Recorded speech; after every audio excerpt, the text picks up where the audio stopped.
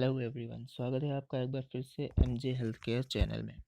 तो आज हम बात करने वाले हैं यहाँ पे दांतों की सड़न, दांतों के दर्द और दांतों की सभी प्रॉब्लम्स के बारे में। और कुछ ऐसे नुस्खे जो आपको बताए गए हैं वो आपके लिए कितने सही हैं और कितने गलत हैं, उन सब के बारे में आज मैं यहाँ आपको बताने वाला हूँ। तो सबसे पहले चलिए जान लेते हैं दांतों के स्ट्रक्चर को। तो जैसा कि आप स्क्रीन पे देख पा रहे हैं, ये आपके दांतों का स्ट्रक्चर है। ये मैन है, आप इसे देख सकते हैं। और दांतों में चार चीज़ें कॉमनली होती हैं आपके मुंह में। पहला तो दांत, दूसरे बैक्टीरिया, तीसरे फूड पार्टिकल्स और चौथा सलाइवा यानी कि आपकी लार। आप दांतों को कितना भी साफ कर लें, सुबह शाम ब्रश करें, लेकिन फिर भी आपके मुंह में थोड़े बहुत बैक्टीरिया, कीटाणु और जीवाणु रहते ही रहते हैं। तो सबसे पहली प्रॉब्लम पे आते हैं, तो वो होती है दांतों की सड़न। तो दांतों की सड़न कैसे होती है ये मैं आपको बताता हूँ। एक्चुअल में होता क्या है कि हम सुबह ब्रश कर लेते हैं, कभी कभार अच्छी तरह से भी होता है, कभी कभी अच्छी तरह से नहीं होता है। लेकिन हम जो दिन भर में खाते हैं तो हम बार बार ब्रश तो करते नहीं हैं। तो जो बैक्टीरिया हमारे मुंह में मौजूद हैं और जो फूड पार्टिकल्स होता है, उसको जब वो खाते हैं तो कंपोजिट जो है वो अपना एसिड छोड़ते हैं। और वो एसिड जो है हमारे दांतों पे लगता है और दांतों को ख़राब करता है, जिससे कि दांतों में सड़न पैदा हो जाती है। दूसरी तकलीफ दांत की, दांतों में कीड़ा लगना। तो पहली बात तो ये है कि ये सच है या गलत है कि ऐसा होता है। सच ये है कि दांतों में कभी भी कोई कीड़ा नहीं लगता है, ना दांतों में कोई कीड़ा पाया जाता है। ये होता ये है कि वो बैक्टीरियाज जब हमारे दांतों में सड़न पैदा करते हैं और फिर धीरे धीरे जाके वो नीचे की तरफ पहुंचते हैं, तो जो सड़न होती है उसकी वजह से हमारे दांत काले पड़ जाते हैं। वहाँ पे ब्लैक टाइप का एक स्पॉट हो जाता है। ज़्यादा दिनों का रहने पर वो ब्लैक टाइप का स्पॉट जो है काफ़ी बड़ा भी हो जाता है। तो उसके बाद फिर वो धीरे धीरे वो बैक्टीरिया, वो सड़न हमारी नसों तक पहुंच जाती है, जिससे कि हमारे दांतों में दर्द होना, झंझनाहट होना, सेंसिटिविटी, ये सब होने लगता है। और हमको जो है कुछ लोग बताते हैं कि दांतों में कीड़ा लग गया। मेडिकल साइंस के हिसाब से दांतों में कोई भी कीड़ा नहीं लगता है। अब आप कहेंगे कि हम किसी के यहाँ गए थे, किसी डॉक्टर के पास, किसी वैद्य जी के पास या किसी के पास, उन्होंने हमको दांतों का कीड़ा निकालने की दवा दी थी, उन्होंने एक फुलैरी रखी थी, एक रुई का छोटा सा पिया रखा था, जिससे हमारे दांतों का दर्द चला गया और हमारे दांत सही हो गए। तो एक्चुअल में होता क्या है कि वो हमारी उस तकलीफ़ को दूर करने के लिए करते क्या हैं, वो लौंग के तेल का इस्तेमाल करते हैं। दोस्तों, लौंग का तेल बहुत ही तेज़ होता है, जैसा कि आप अभी पिक्चर्स में देख पा रहे हैं। तो ऊपर से अगर इसमें सड़न होती है और नीचे की जो नसें हैं, अगर लौंग का तेल इस पे लगता है आके, तो ये नसें नष्ट हो जाती हैं, मर जाती हैं। और फिर आगे चल के इनमें धीरे धीरे पस बनने लगता है और ये पूरे दांत को खराब कर देती हैं। तो लौंग के तेल से बचिए और उसका इस्तेमाल कम करिए। तो अब आते हैं कुछ नुस्खों पे कि कौन कौन से नुस्खे कारगर हैं। तो जिसमें पहला आता है सरसों के तेल और नमक की मसाज करना। जी हाँ, ये बहुत ही बढ़िया नुस्खा है और कारगर भी है, हम डॉक्टर्स भी इसकी सलाह देते हैं। सरसों के तेल में नमक मिला के सर्कुलर मोशन में आप मसूड़ों की मसाज करने से आपके मसूड़ों की ग्रिप मजबूत होती है, जो दांतों के लिए बहुत फ़ायदेमंद है। दूसरा नुस्खा, दूसरा जो नुस्खा है हमको बताया जाता है लौंग के तेल और कपूर का नुस्खा।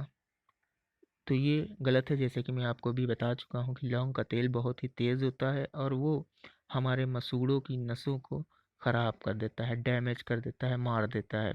तो जिससे कि उसमें कोई जान ही नहीं बचती, जो चीज़ मर चुकी है उसमें दर्द या सेंसिटिविटी होना कोई आम बात है, उसमें कुछ होगा ही नहीं।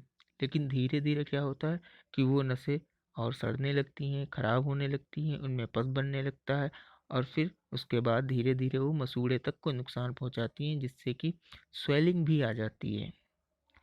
तीसरा नुस्खा, बहुत से लोग कहते हैं फिटकरी, फिटकरी से आप कर लिए। तो जो पोटेशियम नाइट्रेट हमको डॉक्टर्स देते हैं किसी पेस्ट में या किसी दवा में, वो एक सही मात्रा में होता है, एक अच्छी मात्रा में होता है जो हमको दिया जाता है।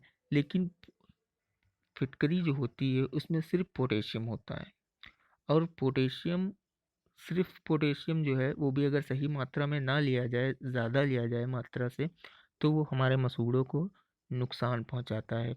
आपकी सेंसिटिविटी हो जाएगी और मसूड़े छिल सकते हैं, उनमें इन्फेक्शन हो सकता है, ये सब चीज़ें आपके हो सकती है। तो फिटकरी का नुस्खा भी गलत है।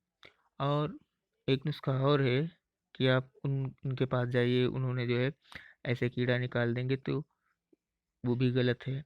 वो कीड़ा नहीं निकालते हैं, कोई कीड़ा होता ही नहीं तो वो निकालेंगे क्या। वो एक फुलहरी में लौंग का तेल लगा के रख देते हैं, बस वही होता है। तो ऐसे नुस्खों से सावधान रहिए और अपने दांतों को बचाए रखिए।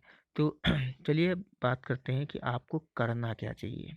अगर आपको ये प्रॉब्लम्स होती हैं और अपने दांतों को आप सुरक्षित रखना चाहते हैं, तो आप क्या कर सकते हैं। तो आप दिन में 2 बार अच्छे से ब्रश करिए, अल्कोहल बेस्ड माउथ पेन का इस्तेमाल करिए। अगर आप अल्कोहल से बचना चाहते हैं तो नमक और सरसों के नुस्खे से आप सर्कुलर मोशन में मसाज करिए। इससे आपके मसूड़ों की ग्रिप अच्छी रहेगी, दांत आपके स्वस्थ रहेंगे। और दिन में 2 बार ब्रश करने के बाद जो है आप नमक के पानी से, हल्के गुनगुने पानी से कुल्ला कर सकते हैं, माउथ वॉश कर सकते हैं। इससे भी आपके दांतों में सड़न नहीं होगी। ध्यान रखिए, लौंग से बने हुए पेस्ट से बचिए, लौंग ऑयल से बने हुए अन्य माउथ पेंट से बचिए, और लौंग ऑयल से बने हुए किसी भी चीज़ से आप बचिए। अपने दांतों पे लौंग ऑयल का इस्तेमाल बिल्कुल भी ना करिए। तो अब बात करते हैं, बहुत से टूथपेस्ट जो है आपको कहते हैं कि पूर्णतः आयुर्वेदिक हैं या पूर्णतः आपके दांतों के लिए सुरक्षित है। तो अब हम बात करते हैं कि कौन से टूथपेस्ट आपके लिए सुरक्षित हैं और कौन से नहीं है। आप कैसे जानेंगे कि कौन सा टूथपेस्ट हमारे लिए सुरक्षित है। तो आइए चलते हैं और इसके बारे में बात करते हैं। यहाँ आप अलग अलग कंपनीज के अलग अलग टूथपेस्ट देख रहे हैं, और यहाँ पे हर कंपनी कहती है मेरा टूथपेस्ट अच्छा है। पर इन पे अगर आप ध्यान दें तो पीछे की साइड एक डॉट बना होता है, किसी में ग्रीन, किसी में ब्लैक, किसी में रेड, किसी में ब्लू। क्या आप इन कलर्स का मतलब जानते हैं? अगर आप जानते हैं तो अच्छी बात है, अगर आप नहीं जानते हैं तो चलिए मैं आपको बताता हूँ। आप अपने घर पे रख के टूथपेस्ट को भी पहचान सकते हैं, या आप बाज़ार या मार्केट में लेने जाएं तब भी पहचान सकते हैं। तो जो यहाँ पे फर्स्ट है ग्रीन, इसका मतलब होता है नेचुरल, प्राकृतिक, पूर्णतया प्राकृतिक बनी हुई चीज़ है ये। इसमें किसी भी तरीके का, किसी भी केमिकल का मिक्सचर नहीं है। ये दूसरा वाला जो पॉइंट है, ये ब्लैक, ये फुल्ली केमिकल्ड होता है, यानी कि इसमें कोई भी प्राकृतिक चीज़ नहीं है, ये फुल्ली केमिकल्ड है। और इस टाइप के जो पेस्ट होते हैं ये आपके दांतों को बहुत नुकसान पहुंचाते हैं। दांतों को ही नहीं, कई स्किन क्रीम्स भी होती हैं, उन पे भी ये निशान बने होते हैं। तो ध्यान रखिए, ब्लैक फुल्ली केमिकल्ड होता है।